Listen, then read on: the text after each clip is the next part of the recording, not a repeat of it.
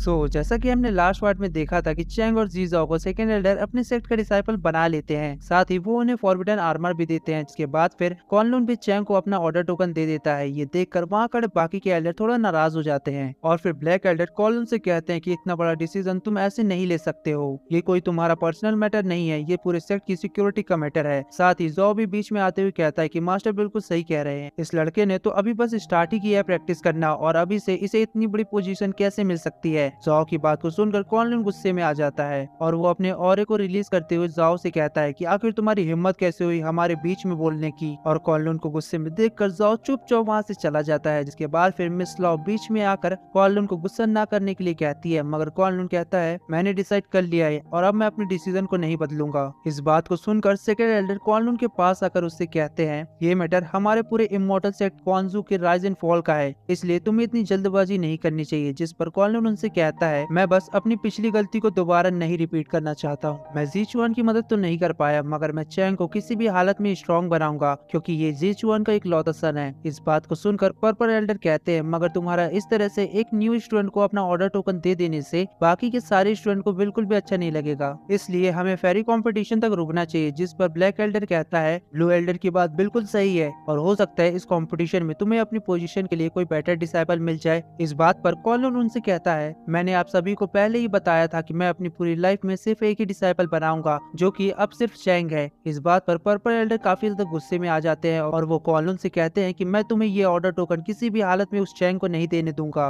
इस बात को सुनकर कॉनलिन अपनी स्वॉर्ड को बाहर निकाल लेता है और उन दोनों में थोड़ी सी बहस होने लगती है। ये देखकर ब्लैक एल्डर बीच में आते हुए कॉनलिन से कहते हैं हमारे पूरे सेक्ट में 80,000 से भी ज्यादा स्टूडेंट है पर तुम्हें बस ये लड़का ही पसंद आया। ये सब मैटर देखकर चैंग सभी एल्डर से कहता है मास्टर मेरे फादर भले ही एक स्वॉर्ड इमॉर्टल थे बट इसके लिए आपको मुझे कोई स्पेशल ट्रीटमेंट देने की जरूरत नहीं है। जिस पर फिर ब्लैक एल्डर चैंग का मजाक उड़ाते हुए कहते हैं कि तुम्हारे 10 साल की प्रैक्टिस करने के बावजूद भी तुम अभी तक सिर्फ क्यूआई रिफाइनिंग के स्टेज पर हो, इसलिए तुम्हें स्पेशल ट्रीटमेंट देना तो बनता है। जिस पर चैंग एल्डर से कहता है कि भले मैं क्यूआई रिफाइनिंग की स्टेज पर हूँ मगर आप इस तरह से मेरी इंसल्ट नहीं कर सकते हैं। चैंग की बात को सुनकर कॉनलिन कहता है कि इस लड़के में करेज तो बहुत है और चैंग के इस बोल्डनेस वाले अंदाज को देखकर वहाँ खड़े बाकी के एल्डर्स भी थोड़ा इंप्रेस हो जाते हैं। मगर ब्लैक एल्डर चैंग से कहता है अगले 6 महीने बाद इमॉर्टल सेक्ट में कंपटीशन है और इसके लिए पूरे इमॉर्टल क्लैन से 9 स्टेट के क्लैन के लोग आएंगे और यहाँ पर उस कंपटीशन में हमें बस तुम्हारी वजह से शर्मिंदा होना पड़ेगा। इस बात पर कॉनलिन को बहुत तेज गुस्सा आ जाता है मगर सेकंड एल्डर बीच में आते हुए अनाउंस कर देते हैं कि अगर अगले कंपटीशन में चैंग बहुत अच्छे से परफॉर्म करता है तो उसे ये ऑर्डर टोकन दे दिया जाएगा। इस बात पर चैंग भी बहुत कॉन्फिडेंस के साथ एल्डर की बात को मान लेता है। जिसके बाद फिर वो सभी लोग वहाँ से जाने लगते हैं और ब्रोकन स्वॉर्ड चैंग के पास आकर उससे बाद में मिलने के लिए कहता है, मगर हम देखते हैं कि जॉ चैंग की बातों से बहुत ही ज्यादा नाराज हो गया था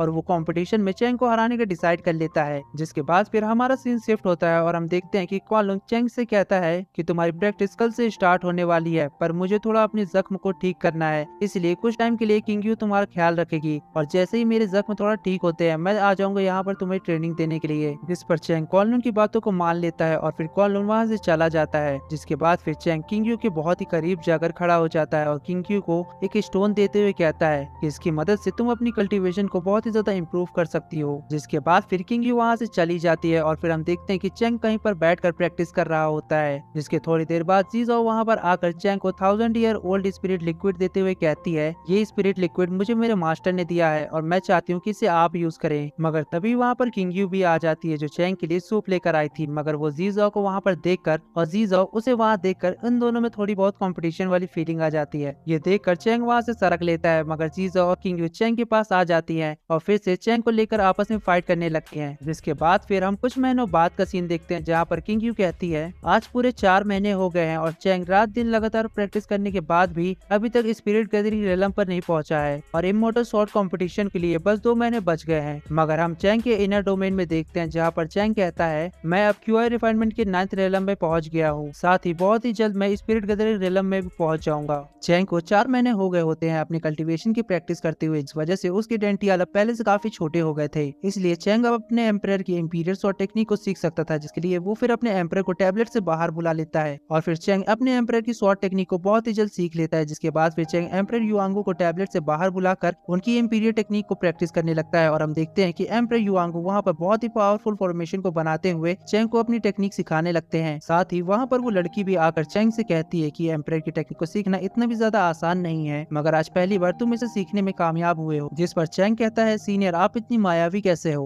और इतने महीनों से मेरे थ्रू इस वर्ल्ड को देखना आपको कैसा लगता है। जिस पर वो सीनियर कहती है, ये दुनिया काफी ज्यादा सुंदर है, पर अब तुम अपने कल्टीवेशन पर ध्यान दो और तुम जाओ से थोड़ा बच कर रहना। और ऐसा कहते हुए सीनियर वहाँ से चली जाती है और चैंग भी रियल वर्ल्ड में आकर किंग यू से कहता है, मेरे पास रखी हुई सारी मेडिसिन खत्म हो चुकी है, इस वजह से हो सकता है कि मैं स्पिरिट गैदरिंग रियलम को ब्रेक थ्रू ना कर पाऊँ। ये सुनकर किंग यू कहती है, इस बात को सुनकर किंग यू कहती है कि आपको इस बारे में परेशान होने की बिल्कुल भी जरूरत नहीं है, आप बस मुझे बताइए कि आपको इस वक्त कितने मेडिसिन की जरूरत है। ये बात सुनकर चैंग उनसे कहता है कि मुझे 100 टाइम्स ऑफ एवरेज पर्सन के हिसाब से मेडिसिन दे दो। ये सुनकर किंग यू थोड़ा शॉक हो जाती है, मगर वो फिर भी उसे लेने के लिए चली जाती है। लेकिन थोड़ी देर बाद वो वापस आकर चैंग से कहती है कि योंग फेंग के डेकन ने हमें मेडिसिन देने से मना कर दिया है। जिस पर चैंग कहता है, क्या उन्हें पता नहीं है कि वो मेडिसिन मेरे कल्टीवेशन को बढ़ा सकती है। जिस पर किंग यू कहती है कि डेकन का कहना है कि तुम शॉर्ट फेरी के सन हो और 10 साल से कल्टीवेशन करने के बावजूद भी अभी तक तुम स्पिरिट गैदरिंग रियलम पर नहीं पहुंचे हो, इसलिए तुम्हें मेडिसिन देना मेडिसिन की बर्बादी है। ये सुनकर चैंग कहता है कि ठीक है, मैं पर्सनली जाकर उनसे मेडिसिन ले लेता हूँ, तुम बस मुझे रास्ता बताओ। और फिर थोड़ी देर में वो दोनों मेडिकल हॉल पर पहुंच जाते हैं और इन्हें वहाँ पर देखकर वहाँ खड़े सभी स्टूडेंट आपस में बात करने लगते हैं कि ये तो चैंग है, जिसके लिए मास्टर कॉलन फाइट करने के लिए भी तैयार हो गए थे। मगर वहाँ का मेडिकल चीफ किंग यू को देख करके उसका मजाक उड़ाते हुए कहता है कि तुम यहाँ पर दोबारा क्यों आई हो, मैंने तुम्हारी सैलरी पहले से ही तुम्हें एडवांस में दे दी है, अब तुम्हें यहाँ पर क्या काम है। इस बात को सुनकर किंग यू को बहुत गुस्सा आ जाता है, मगर चैंग चीफ से कहता है कि असल में मैं यहाँ पर कुछ एक्स्ट्रा मेडिसिन लेने आया हूँ। जिस पर चीफ उसे मेडिसिन देने के लिए मना कर देता है, इसलिए चैंग चीफ को अपने पास रखा हुआ स्पिरिट स्टोन दे देता है और कहता है कि आप इसे गिरवी रखकर मुझे कुछ मेडिसिन दे दो। मगर चीफ इसके लिए भी उसे मना कर देता है, इसलिए चैंग उसे अपने पास रखे हुए सारे स्पिरिट स्टोन देने के लिए रेडी हो जाता है। ये देखकर वहाँ खड़े सारे स्टूडेंट उसका मजाक उड़ाते हुए कहते हैं कि ये लो ग्रेड के स्टोन देकर के मेडिसिन लेना चाहता है। ये सुनकर किंग यू को काफी तेज गुस्सा आ जाता है, इसलिए वो अपनी स्वॉर्ड को गिरवी रखने के लिए दे देती है। मगर चैंग किंग यू को मना करते हुए कहता है कि तुम्हें ऐसा करने की कोई भी जरूरत नहीं है, और ऐसा कहते हुए चैंग वहाँ से चला जाता है। जिसके बाद फिर हम देखते हैं कि रास्ते में चलते हुए कुछ स्टूडेंट आकर किंग यू को छेड़ते हुए कहते हैं कि मैंने सुना था कि तुम तो बहुत ही ज्यादा टैलेंटेड लड़की हो, मगर इसके बावजूद भी तुम्हें आखिर एक शॉर्ट सर्वेंट क्यों बना दिया गया है। लेकिन अगर तुम शॉर्ट सर्वेंट बनकर ही रहना चाहती हो तो मैं अपने फादर से कहकर तुम्हें अपने टाउटियन पीक में हायर कर लूंगा, जिसके बाद तुम मेरी शॉर्ट सर्वेंट बनकर रहना। इस बात पर किंग यू कहती है, तुम्हारे सेक्ट ने मुझे बचपन में रिजेक्ट कर दिया था, इसलिए मिस्टी पीक अब मेरा घर है और अब मेरे रास्ते से हट जाओ, मुझे और परेशान मत करो। इस बात को सुनकर वो लड़का काफी ज्यादा गुस्से में आकर किंग यू से कहता है कि आखिर तुम चैंग की शॉर्ट सर्वेंट कैसे बन सकती हो, इस लड़के में ऐसा क्या है। ये सुनकर किंग यू कहती है, ये फेंग, तुम्हें मेरे यंग मास्टर चैंग के बारे में कुछ भी बोलने का हक नहीं है। जिस पर ये फेंग कहता है, मेरे हिसाब से तो ये लड़का तुम्हारी जूती उठाने के भी लायक नहीं है। इस बात को सुनकर किंग यू अपनी शॉर्ट को बाहर निकाल लेती है। ये देखकर ये फेंग कहता है, तो तुम्हें गुस्सा आ गया और अब तुम अपने मास्टर को बचाने के लिए हमसे फाइट करोगी। और ये फेंग की ये सारी बातें चैंग भी सुन रहा था। इसके बाद फिर ये फेंग का फ्रेंड कहता है कि भाई तुम्हारी बातें बिल्कुल सही है, और आखिर ये चैंग किसी भी एंगल से शॉर्ट फेरी का सन तो नहीं लगता है, क्या पता जुआओ ने इसे कहीं से अडॉप्ट किया हो। इस बात को सुनकर चैंग को बहुत ही ज्यादा गुस्सा आ जाता है, लेकिन ये फेन और उसका दोस्त चैंग को हल्के में ले लेते हैं। इसके बाद फिर चैंग उन दोनों से कहता है, तुमने मेरे शॉर्ट सर्वेंट की डिसरेस्पेक्ट की और साथ ही तुमने मेरे पेरेंट्स के बारे में गलत कहा है, इसलिए आज तुम दोनों को ये दुनिया छोड़नी हो। इस बात पर यू फेंग गुस्से में आ जाता है और कहता है, आखिर तुम्हारी हिम्मत कैसे हुई मुझसे ऊंची आवाज में बात करने की। साथ ही हम देखते हैं कि उस जगह पर काफी स्टूडेंट इकट्ठा हो गए थे। ये देख कर किंग यू चैंग से कहती है, इनकी बातों पर ध्यान मत दो, ये लोग ऐसे ही है और हमें यहाँ से चलना चाहिए। जिस पर चैंग कहता है, नहीं, आज मैं इन सभी को सबक सिखा कर रहूंगा। और ऐसा कहते हुए चैंग उन दोनों के पास चला जाता है, पर तभी होंग चैंग पर अटैक करते हुए यूफेंग से कहता है कि ब्रदर, इस लड़के से तो मैं ही निपट लूंगा, आपको बीच में आने की जरूरत नहीं है। जिस पर यूफेंग कहता है, ठीक है, इस बार ये काम तुम कर लो। और फिर किंग यू चैंग को बताती है, तुम्हें होंग से थोड़ा संभल कर रहना चाहिए, ये स्पिरिट गैदरिंग के 8th रियलम पर है। जिस पर चैंग कहता है कि मुझे उससे कोई दिक्कत नहीं है। और चैंग को इतना कॉन्फिडेंट में देख कर किंग यू सोचती है कि चैंग आखिर इतना कॉन्फिडेंट कैसे है। और फिर हम देखते हैं कि चैंग होंग के सामने आकर खड़ा हो जाता है। ये देखकर होंग भी अपने आइस वुल्फ को समन कर लेता है, साथ ही वो चैंग पर अटैक कर देता है, जिसे चैंग भी अपनी शील्ड बनाकर रोक लेता है। ये देखकर होंग अपनी पावर को और भी ज्यादा इंक्रीज करने लगता है, तो चैंग भी अपनी ग्रीन लोटस की पावर को बढ़ाते हुए खुद को और भी ज्यादा तेजी से प्रोटेक्ट करने लगता है। ये देखकर यूफेंग कहता है कि आखिर ये कैसे हो सकता है, कोई भी क्यूआई रिफाइनमेंट का बंदा